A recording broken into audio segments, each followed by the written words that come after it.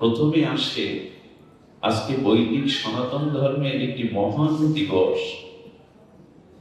মহান দিবস এই জন্য বলছি, একটি মহান পর্ব আর চাতুর্মাস্য ব্রতের শুরু। চাতুর্মাস্য আমরা বুঝি, প্রাচীনকালে ভারতীয় আর্য ঋষিরা বর্ষার এই সময়টা তারা দশমীত যে বিবাহ অন্যান্য কর্ম তারা বন্ধ রাখতেন, রেখে 4টি মাস তারা ভগবত স্মরণে মননে আর নিভৃত নিকেতনে বনে অনঞ্চলে তপবনে তারা ভজন করতেন। আমরা সংসারী মানুষ, আমাদের দ্বারা তা সম্ভব নয়, কিন্তু যেটি সম্ভব সেটি শুনুন।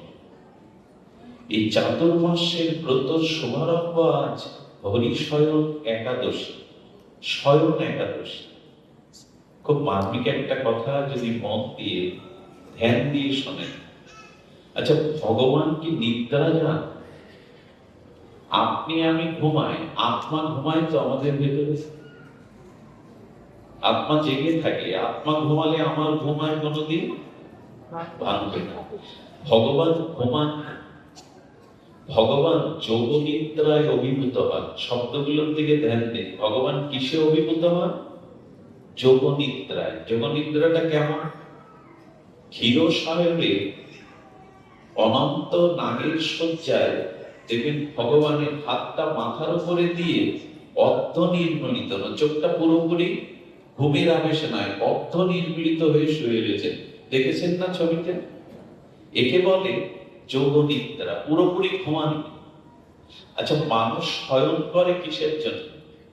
বিশ্রামের জন্য। বিশ্রাম করে কিসের জন্য? শান্তির জন্য। আপনাকে দেবরাজ ইন্দ্রের সম ঐশ্বর্য দেওয়া হবে, সুন্দরী রমণী দেওয়া হবে, ঐশ্বর্য দেওয়া হবে, কিন্তু বলা হবে আপনার জীবন থেকে ঘুম কেড়ে দিলাম। কে চান ইন্দ্রের পথ?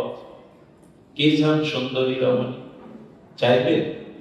1 সপ্তাহ পরে বলবেন আমাকে সব দিয়ে আমি ঘুম দাও, নিদ্রা না হলে আমি বাঁচব না। সেই ইন্দ্র হোক আর রাজা হোক।